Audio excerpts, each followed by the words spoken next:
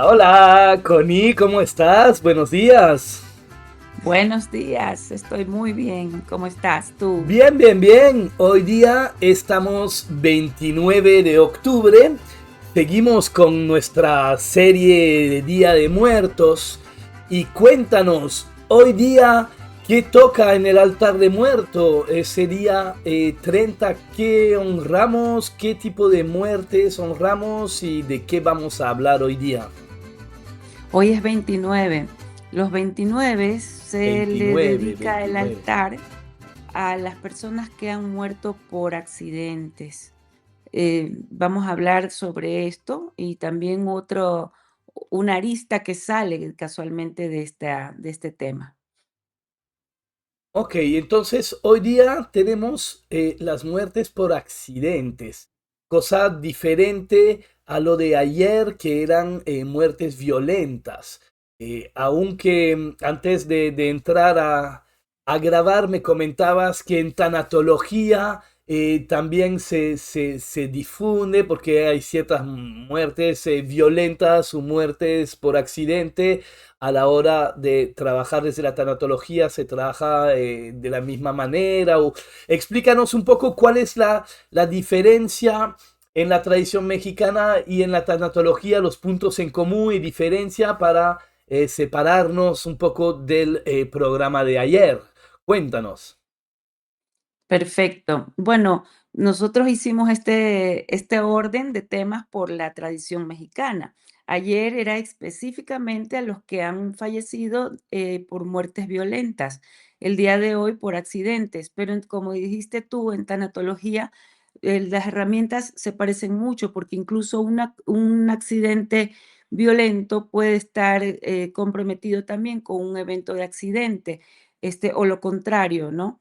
Pero en este caso, en la tradición mexicana, lo que vamos a ver son las personas que han tenido accidentes de tránsito, de todo tipo, ¿no? Ahí también van los ahogados, los quemados, pero en tanatología hay una variante que es que el- la persona puede quedar viva después de un accidente. Y ahí hay otra pérdida y otro duelo que ya no se toca obviamente un altar, que no se lo toca en la tradición mexicana, pero en tanatología sí, porque la persona puede quedar con algún problema, ¿no? Ok, correcto. Entonces, para aclarar bien, hoy día en el altar sí se honra los que han partido por accidentes, pero a la hora de trabajar el duelo de ese tipo de muertes, ya las cosas cambian. Incluso dices que puede haber un accidente y algo que queda una persona que queda viva, pero que hay otros temas que trabajar, que eso nos vas a explicar. En este caso, obviamente, no llegaría al altar de muertos porque la persona no No. está fallecida, pero igual hay un trabajo de tanatología que viene ahí. Perfecto, ¿con qué empezamos? Empecemos un poco con el Día de Muerto, con el altar, con honrar esos muertos por accidente y más adelante pondremos la matiz de los que quizás siguen vivo y cómo se trabaja. ¿Te parece? Por supuesto que sí, muy bien. Fíjate que un detalle importante es que a veces después de un accidente la muerte no es inmediata. Por lo tanto, ahí hay una gran diferencia con una muerte violenta. De pronto pueden quedar vivos un tiempo y en ese proceso ya se puede empezar a hacer un proceso tanatológico.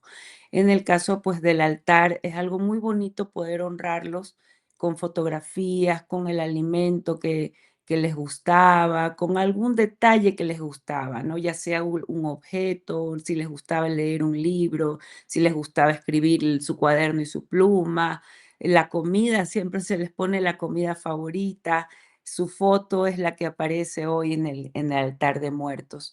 Y en tanatología empezamos a trabajar con las personas, con sus familiares queridos, que puede que aún estén viviendo el proceso de este accidente con el familiar en vida, a veces quedan de pronto con un daño cerebral y por lo tanto ya están, como se dice, apagados, ¿no? Ya no hay marcha atrás y hay que empezar este proceso.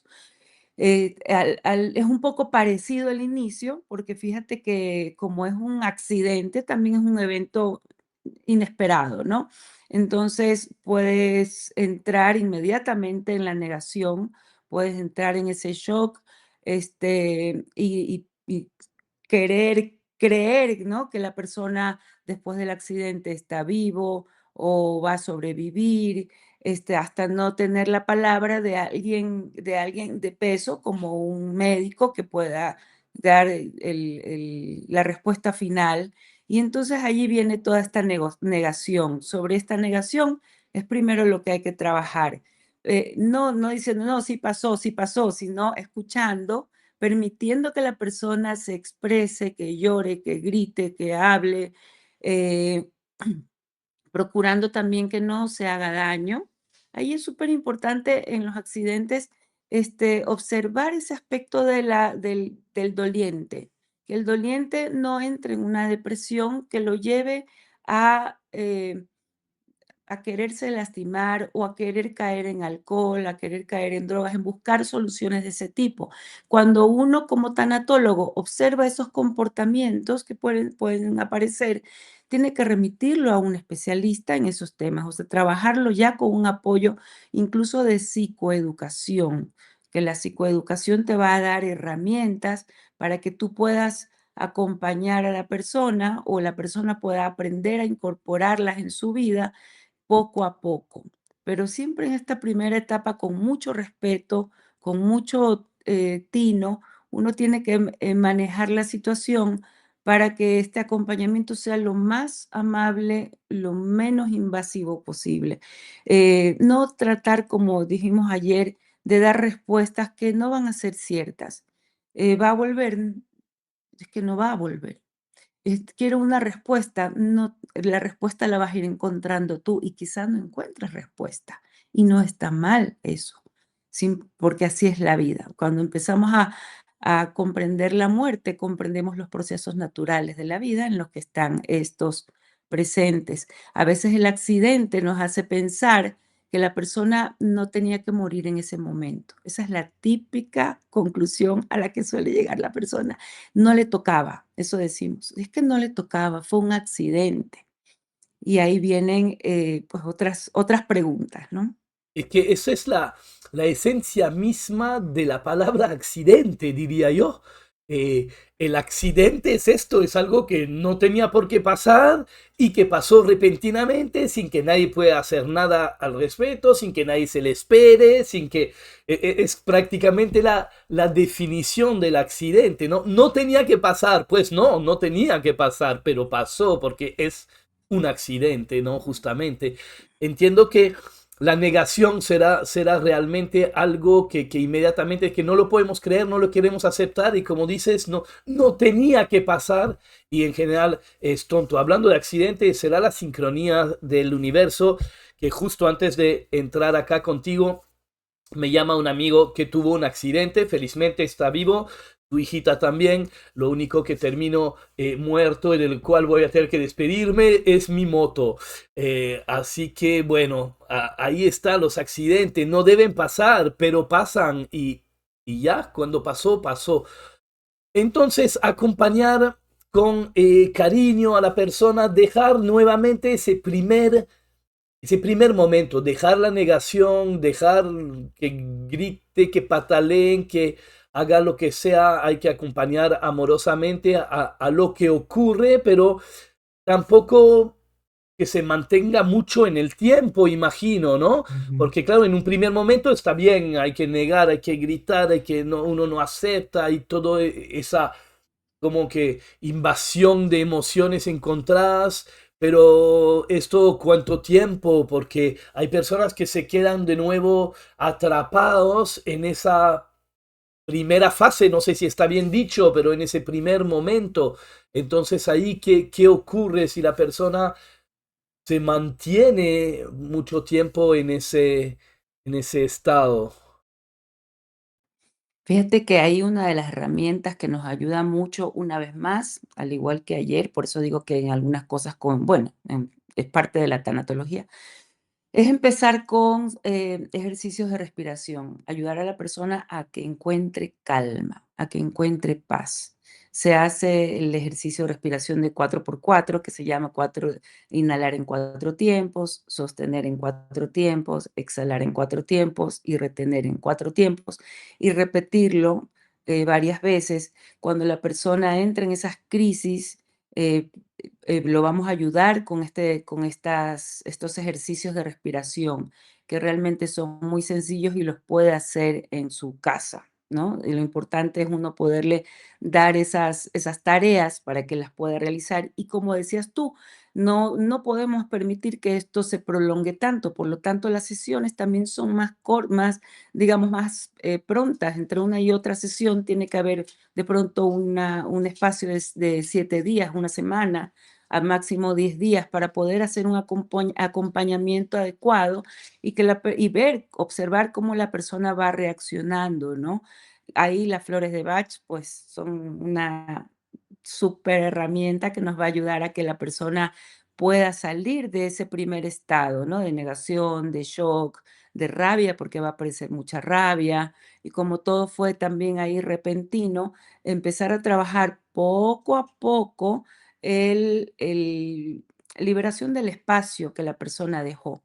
Liberación me refiero, su habitación, poco a poco, no es inmediato, esto no puede tampoco ser inmediato, sería abrupto. Y más que nada, eh, procurar que la persona no reviva el accidente y que evite ver fotografías, periódico, videos. A veces las otras personas te traen el material y te muestran, mira, así fue el accidente. Eso hay que evitarlo, porque uno tiene que evitar engancharse con las imágenes. Y las imágenes que vamos a ver son imágenes en vida, no del evento, porque no tenemos que engancharnos con el evento accidente. Eso tenemos que procurar que no ocurra. Eso se parece mucho a lo que hablamos ayer también, ¿no? De no engancharse con el evento y quedarse con el evento en sí. Ayer hablamos de una técnica de escritura de las dos columnas, ¿no? El vínculo con el ser y el evento, que también es una técnica que puede trabajarse, imagino, en esos casos si la persona se queda como con el accidente, porque nuevamente hay accidente espectaculares. Cuando digo espectaculares es como muy vistoso porque hay algo grande y hay fuego, hay explosión o hay cosas como muy impactantes visualmente y ahí puede ser que uno se enganche aún más desde lo chocante de la situación, ¿no? Y hay accidentes que la persona se cayó, se dobló el cuello, se murió y ya no hay mucha historia, ¿no? Entonces, en esto se parece y hay que tener mucho cuidado nuevamente en no engancharse en la historia y si posible, pues no repasar videos, noticias y fotos, más bien conectar con el recuerdo en vida y lo bonito y lo que era la persona y no quedarse con una última imagen atroz, una imagen de muerte o de accidente. Eso estás diciéndonos, ¿no? Correcto, eso es lo ideal. Es habitual que la persona cuando llega a consulta reviva el accidente y lo empiece a narrar nuevamente. Entonces, ahí el ejercicio, lo que tú planteaste, que lo hablamos ayer de las 2 columnas, es lo ideal, porque nosotros tenemos que separar el evento, ya sea la muerte violenta o el accidente, separarlo de la persona, de nuestro vínculo, de la persona con la que teníamos el vínculo. Y cuando estamos uno hablando con esta persona, procurar enfocarnos no en el evento, sino enfocarnos en el recuerdo de esa persona querida. Pero la persona Procurar necesita igual, ¿no? Hablar del evento, creo, en un primer momento. Realmente hay que tratar de evitarlo. Esa persona tiene y necesita contártelo, porque sobre todo si todavía ni se lo puede creer, el verbalizarlo le ayudará también a terminar de digerir esto, ¿no? Yo creo que hay igual una necesidad de contar lo que pasó para poder terminar de creérselo o realmente hay que evitar a toda costa o no, sí, ¿cómo es? al principio es normal que te lo cuenten y hasta está bien, Ya, porque ok. también es necesario que tú conozcas todos los elementos, ¿no? hasta para poder apoyar, ¿no? Si hay un sobreviviente, una serie de cosas, ¿no? Este, pero cuando esto se vuelve recurrente, cuando llega a todas las citas a volver a hablar del accidente, Ya entonces no, allí ya ya no, correcto. ya no. Ahí es una flor. Ahí Correcto. Claro, ahí de nuevo pues sí, el white chestnut, ¿no? Cuando uno se queda sí. metido en la historia, la revive y de nuevo busca lo que hablamos también, busca el, y si yo hubiera hecho, no hubiera pasado, y si él hubiera salido 5 minutos antes, no lo atropellaba, y sí, y sí, y sí. En francés hay una expresión que dice que con sí podemos poner a París en una botella. Porque sí, sí, sí, si yo fuera chiquito así, entraría en una botella, ¿no? Em, Así que bueno, a salir de esto. ¿Cuáles serán? Sí. Imagino que es un tipo de muerte, de duelo, de nuevo que viene con una situación muy chocante, impactante y traumática, porque fue muy repentino en ese caso, lo que ayer decía que no era realmente para ayer, sino que es para hoy, lo repentino, esto de que salgo a comprar la bodega, me atropellan auto y no vuelvo, ¿no? Cosas que son muy repentinas. Entonces eso imagino que deja un matiz un poco diferente también en el tipo de duelo, ¿no? Sí, por supuesto, porque como no te preparaste para eso, uno siempre piensa que está preparado, siempre cree que está preparado para algo así, pero nunca lo vas a saber hasta el momento. Ahí es súper importante la red de apoyo. Fíjate que en estos casos, tu red de apoyo, o sea, tu familia, tus amigos, las personas que te pueden ayudar a contener son muy importantes, porque cuando hay un accidente uno tiene que hacer una serie de gestiones, desde la policía de tránsito o lo que sea. Ante un accidente hay que hacer mucho trámite administrativo. Cuando uno hace acompañamiento tanatológico, uno también puede ayudar a poner en orden esas prioridades, esas necesidades. Yo lo he hecho, o sea, a ver, ¿qué necesitas ahora? ¿Qué necesitas después? Volar a una sala de velaciones donde puedas conseguir ágilmente un lugar donde puedan llevar a tu familiar. O sea, hay una serie de labores, gestiones administrativas que tú no estás en capacidad de hacer. Incluso juicios y demás, ¿no? Cuando hay accidente que Ujú. involucran un tercero, en el caso de mi moto, que no fue el que la manejaba, que tuvo la culpa, sino alguien que le cortó el camino y provocó el accidente, y ahí ya empieza un tema judicial también, que Exacto. es horrible porque esta administrativa que se tiene que hacer se mezcla con lo emocional del duelo y en este momento uno quiere lo que sea menos hacer cosas administrativas y judiciales. Exactamente. Entonces te abrumas y ahí es importante, por un lado, la red de apoyo para que tu duelo no se postergue. Mucha gente viene después y esto se llama así, un duelo postergado. La gente llega de haber perdido un familiar por un accidente, pero nunca se pudo tratar porque durante un mes estuvo haciendo gestiones. Así es. Entonces, y postergó. Entonces dice: "No lo lloré, no estuve con todos mis sentidos en el velorio, en la ceremonia, no estuve", porque estaba tan abrumada o abrumado por la situación que lo estaba postergando, postergando, postergando. Pasó el mes, le hicieron aquí en México les hacen las misas, los rezos cada día por una semana. Pasa todo este mes, al mes se dan cuenta de que ya ha pasado el mes. Entonces empiezan a tratar. Entonces les cae el 20, dicen, ahora me doy cuenta de que no está, ahora me doy cuenta de que lo estoy llorando, no lo lloré durante todo el mes, yo estuve muy fuerte. Y es que, claro, los niveles de adrenalina y de cortisol llegan a tope y tú estás activo. Tú dices, tengo que ir para allá, tengo que resolver, tengo que hacer esto, lo otro. Claro, se bajan estos niveles y ahí te das cuenta de todo. Ahí como que despiertas y dices, ya no está, Ahí ya surge el pasó. vacío, ¿no? Ujú, exacto. Entonces, ante un accidente, esa red de apoyo, los familiares, preferible los familiares, amigos, seres queridos, callar y apoyar. Ese es el consejo. No juzgues, no cuestiones, no preguntes, no. Apoya y ayuda a gestionar. Ah, hay que hacer papeles, hay que cerrar esto, hay que cerrar lo otro. Fíjate, es tan importante cerrar hasta las deudas, los pendientes, el teléfono celular. ¿Para qué? Para que de un mes después no esté sonando ese teléfono celular y a veces vienen personas y dicen, es que estaban llamando al teléfono de mi hijo. Todavía está activo el teléfono de tu hijo. Hasta eso hay que cerrarlo. No, No, y porque es parte ahora, del cierre. ahora con el tema de las redes, imagínate, todo el tema de redes sociales y digital, ¿no? Yo estoy pensando en dejar algo escrito ya, de que con claves, con cosas, porque me muero mañana y tengo una vida online que sigue ahí y son todos unos trámites ir a cerrar todas esas cosas. Yo le he visto en consulta esto que comentas en varias ocasiones, ese duelo postergado.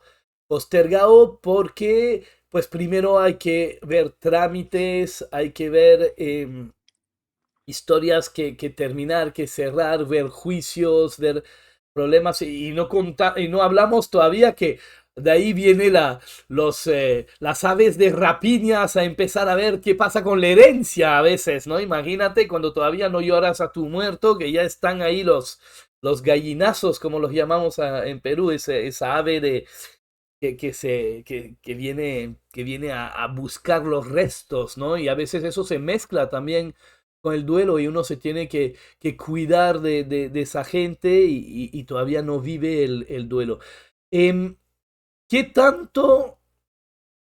Que algo de postergación puede haber y es inevitable, entiendo, en esos momentos con los trámites. ¿Cómo se puede gestionar esto? ¿Cómo se puede gestionar que la persona pueda vivir su duelo desde un principio, tomando en cuenta que hay todas esas cosas que gestionar? Bueno, como te lo había mencionado con la red de apoyo, ahí sí necesitas manos, cabezas y mente frías a tu alrededor que te ayuden a gestionar, para que tú puedas tener tu espacio y tu tiempo. Y un acompañante, de ser posible, un acompañante de tu proceso para que te cuide también, para que te ayude, te guíe y te cuide, ¿no? Entonces, ahí, como te dije desde el inicio, la red de apoyo es el elemento más Principal. importante. Qué Sí. interesante esto, qué interesante porque no, en los otros días no hablamos tanto de la importancia de Ujú. esto, pero ahí veo que es muy importante. Y hay algo que quiero hacer hincapié que yo menciono en la formación, cuando hablamos de empatía versus simpatía. Para los que acompañan, tener cuidado a caer en la simpatía que nos desconecta. ¿Qué quiere decir caer en la simpatía? Bueno, pero al menos te quedan tus hijos, al menos no te queda esto, al menos tal cosa, tal otra. Tratar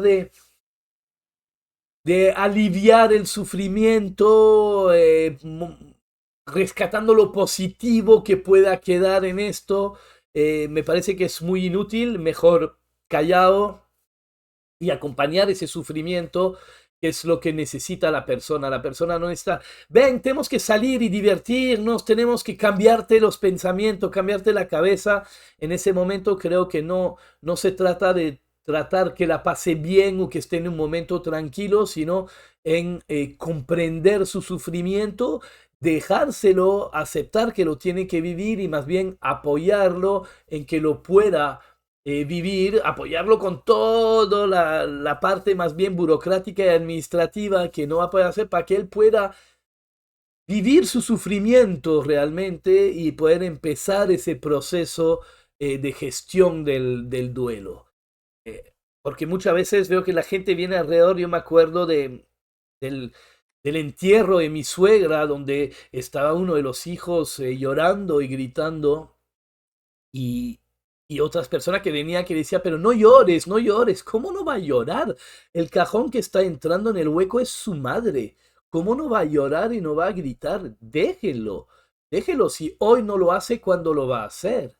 ¿No? Y mucha Ujú, gente viene y ya está bien, no llores. Sí, pues el muerto ya no sufre, el que sufre es el que está ahí vivo realmente, ¿no? El ujú. duelo es una cosa de vivos, no es una cosa de los muertos. Entonces venir a repetirte que ya no sufre, ya está bien, ya no. no ayuda, no ayuda y quiero tu opinión como tanatóloga de esto que yo veo una y otra vez en los procesos de duelo, ¿no? Las personas que vienen a tratar de impedir que sufras, ¿no? Y que llores. ¿Cómo ves tú eso? Sí, eso es fatal. Fíjate que a veces he visto que les dan medicamentos y las personas después dicen, pasé un mes dormida, adormilada, y ya dejé el medicamento y apenas me despierto y veo la realidad. Eso es lo peor que podemos hacer. Y eso, como dices tú, bueno, en wellness, fíjate, en la medicina de estilo de vida, en la formación en wellness que también realicé, hacían una distinción también entre la empatía y la compasión. Me pareció interesante porque en la compasión, de alguna manera, hay un soporte, hay un apoyo al otro, en el que tú no te sumerges en el sufrimiento del otro para que puedas ayudar. Porque si tú estás sumergido en el sufrimiento del otro, o sea, la empatía llega a ser tal que estás mal. Claro, Por lloras con el ejemplo, otro y tampoco ayuda. sí, y tampoco ayuda. Entonces, ¿cuál es el riesgo de la empatía? Ese, que te pongas tanto en el lugar del otro que te vuelvas inútil también.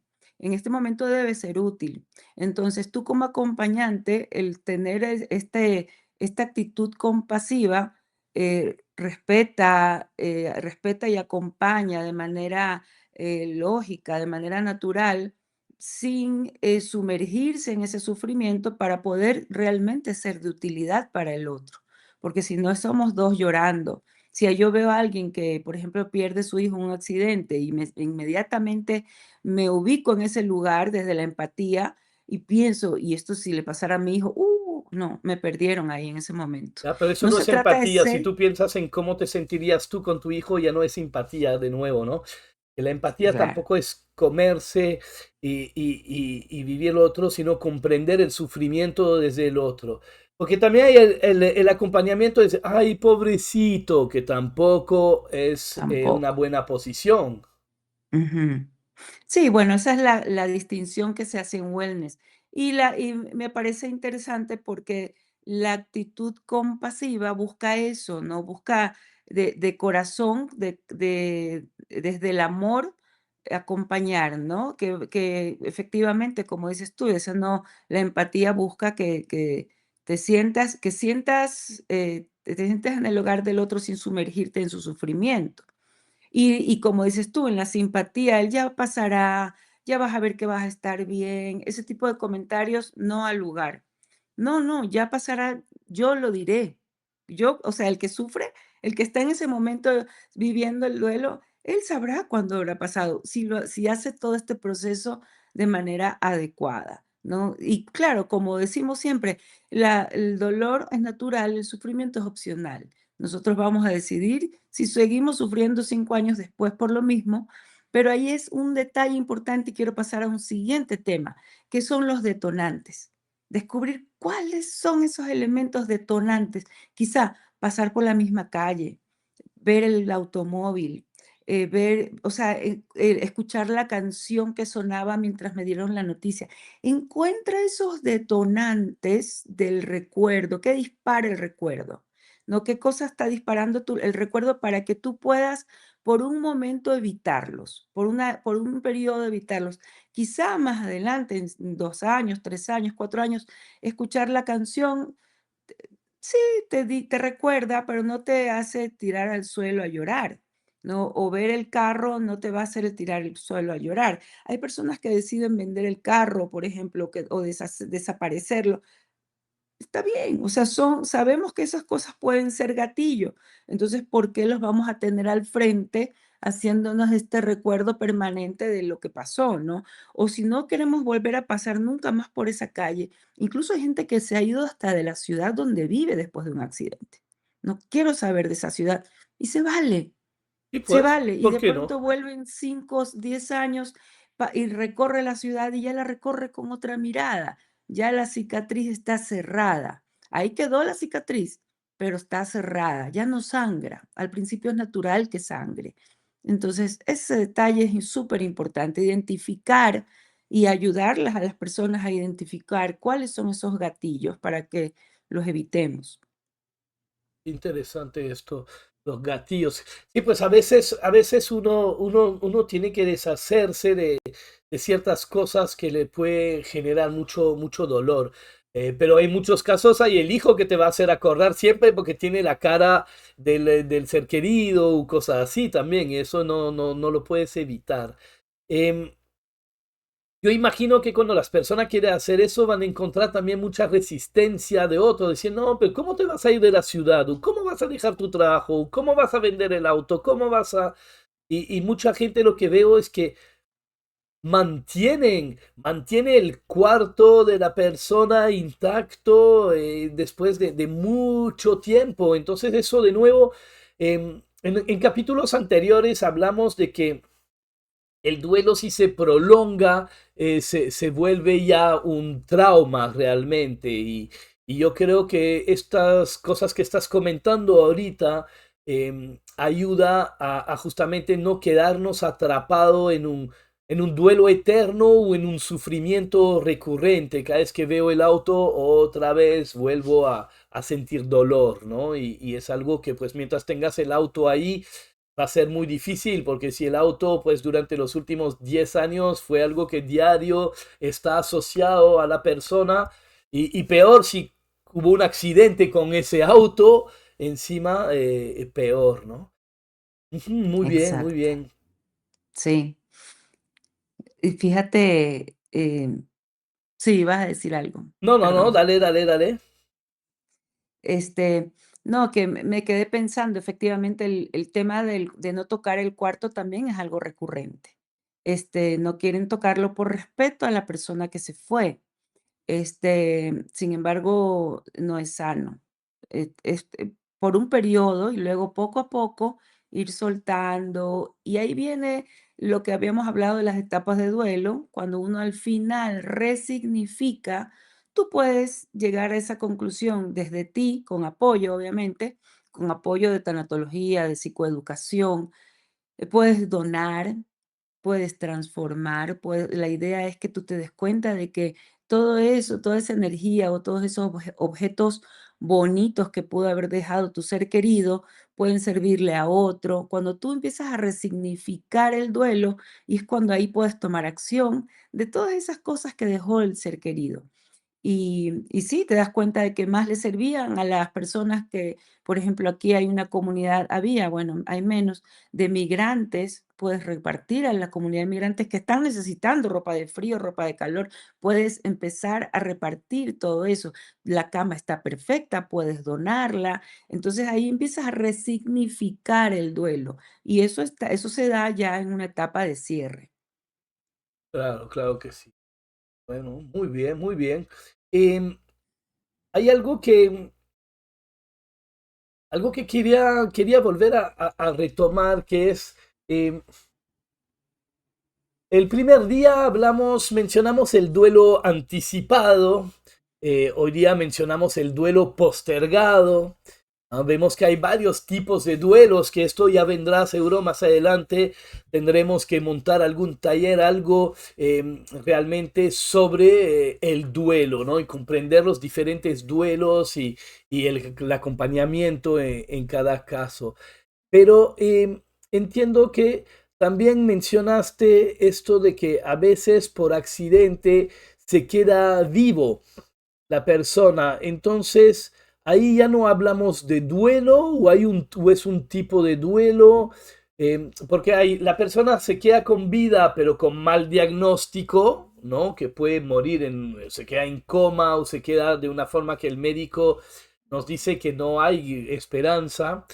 Ahí empieza como un duelo anticipado o cómo funciona esto o hay un duelo de que la persona se queda amputada de algún miembro, o sea, hay una pérdida, hay algo diferente. No sé, háblanos un poquito sobre ese aspecto del accidente, donde la persona no muere en el accidente, pero que igual genera un proceso. Sí, fíjate, bueno, cuando la persona queda viva, pero sabemos que va a morir en un periodo corto o mediano, el familiar puede empezar su proceso de tanatología. y de acompañamiento también con flores para soltar y dejar ir, porque a veces la persona accidentada no se termina de ir porque está de alguna manera atada, ¿no? Porque está sintiendo el dolor, porque sí se siente, sienten el dolor de su ser querido que está ahí al pie diciéndole, no te vayas, te vas a salvar, vas a vivir, y resulta que así pasa de pronto 6 meses en estado de coma, con muerte cerebral, hasta que en algún momento deciden y ayudar al familiar o a los familiares a que puedan desconectarlo, por ejemplo, porque muchas veces las personas no quieren desconectar porque sienten que al desconectarlo los están matando. Claro. No Bueno, no saben. se entiende la analogía, ¿no? Porque de alguna Sí, forma hay una acción y una consecuencia de esa acción que llega a esto, ¿no? Que el claro, lo que hay concepto que está más allá. comprender es que lo que les está dando vida es la conexión, pero su vida está siendo artificial. Entonces, de hecho, si realmente van a vivir al desconectarlos, van a seguir viviendo. Porque si es que realmente el impulso de la vida es tan intenso, tan fuerte, que va a seguir viviendo la persona. Pero si su vida había estado siendo artificial por estar conectados, pues al desconectarlos van a partir. A esa conclusión, muchas veces cuando la persona está haciendo su proceso tanatológico con el familiar en el hospital, en estas circunstancias, llegan a esa conclusión. Y a veces con que una persona lo haga, quizá el que lidera la manada, ¿no? El que lidera el grupo, puede ser el padre, la madre, la esposa, el esposo, toma la decisión, de alguna manera es el que ha hecho el proceso tanatológico y es el que puede contener también a los suyos, porque ya los sanó, de alguna forma su proceso ayuda a que los otros también lo suelten. Claro. Ese es un panorama, digamos. Pero de ahí este otro panorama en la que la persona después del accidente pierde un miembro, pierde su condición, pierde algo de su vida que antes la hacía era normal y ahora no es normal. Está De en una pronto es silla un de rueda, está, ¿no?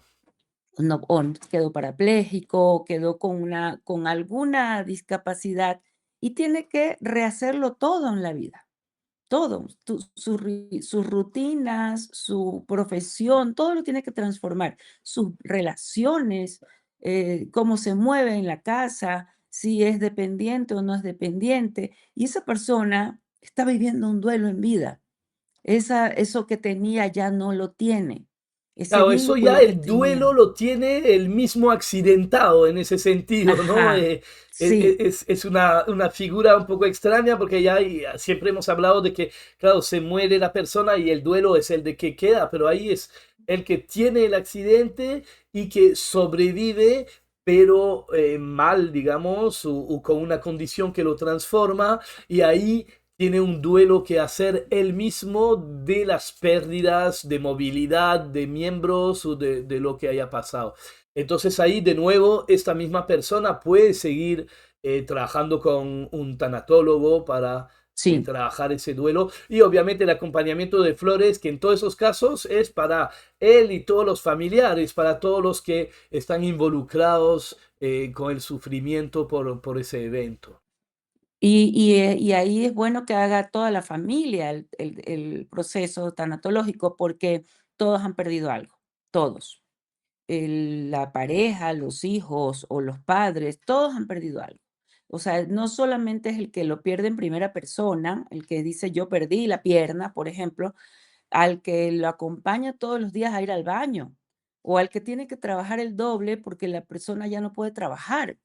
O sea, la vida se desacomodó. Entonces, de alguna forma, todos tienen que hacer su proceso para aceptar esa nueva vida y para encontrarle al final un sentido a la vida desde otra perspectiva, con otros elementos, ¿no? Entonces, sí es importantísimo ahí que toda esa red de apoyo que pudo haber estado en su momento también haga ese proceso tanatológico. Este A veces es proceso. la mejor amiga, la sobrina, el ser querido, ahí tiene que ver con los vínculos, ¿no? Qué tan cercano es el vínculo y todos tienen que trabajarlo. Y ahí ayuda mucho la tanatología y la psicoeducación. Pues muy bien. Eh, Mira, yo creo que ya le dimos vueltas para hoy. ¿Qué dices? ¿Hay otro tema que te parece importante sobre el día de hoy, sobre el duelo? Hemos mencionado como, bueno, de nuevo la red de apoyo como una cosa muy importante.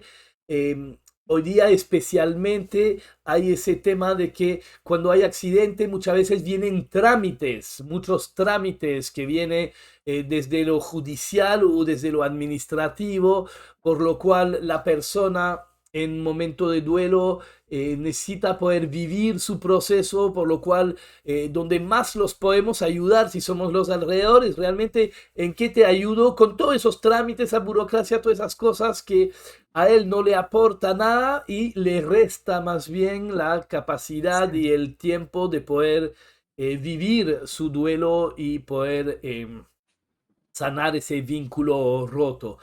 Hablamos nuevamente de la respiración cuadrada, que es una típica respiración mindfulness, ¿no? Cuatro tiempo inspiro, cuatro mantengo, cuatro expiro, cuatro mantengo. O la rectangular, que yo prefiero, que es 4-2-4-2, que igual son buenas respiraciones. Y nuevamente, si hay este apego al evento, eh, la técnica de escritura de las dos columnas, donde un lado hablamos del evento y del otro lado reconectamos con el vínculo con la persona, lo que fue la persona. Y por Exacto. hoy, a nivel de altar, pues les tocan estar ahí, como siempre, su foto, sus comidas preferidas y cualquier cosa que simboliza lo que hacían. Yo me acuerdo que en el altar de muerto que hacemos para mis suegros, ahí tienen que sus cigarritos, que sus brochas, porque el papá era pintor y esos pequeños eventos, esos materiales, digamos, que representan sus ocupaciones, su hobby o lo que les gustaban en vida, ¿no? Para poder Ujú. honrarlos en nuestro altar de muerto. Pues muy bien, Connie, ciérranos el capítulo de hoy. ¿Con qué quedas? Bueno, yo pienso que en este capítulo, no es fácil, ¿no?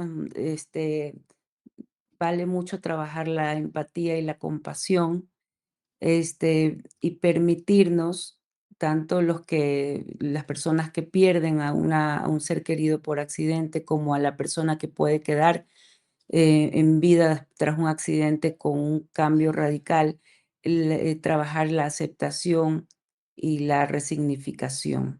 Eh, Procurar llegar de principios a fin en este proceso para que superemos con amabilidad, con compasión todo este duelo y lleguemos a descubrir el sentido de la vida a través de otra perspectiva, en otro lugar diferente.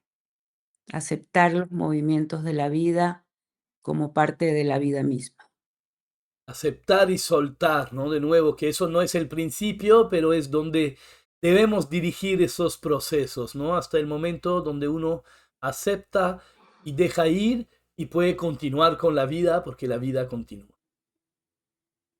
Exacto. Pues muy bien, me despido, nos vemos mañana. Mañana vamos a hablar De las almas solitarias y qué hacer desde la tanatología con este tema, oh, porque mañana los altares están todas esas personas que no tuvieron familia ni nadie que los vele. que los recuerde. Pues muy bien, Ujú. querida Connie, hasta mañana y con todos ustedes, como siempre, dejen sus comentarios debajo del vídeo, dejen cualquier cosa que quieran aportar sobre la temática, les vamos a agradecer, suscríbanse a nuestros canales, por favor, Connie está con un canal recién estrenado y nuevo, suscríbanse a seguir, tiene muchas cosas que aportar, seguro vendrán mucho más materiales y si no, pues nos estamos viendo hasta mañana. Hasta mañana. Gracias por conectarse.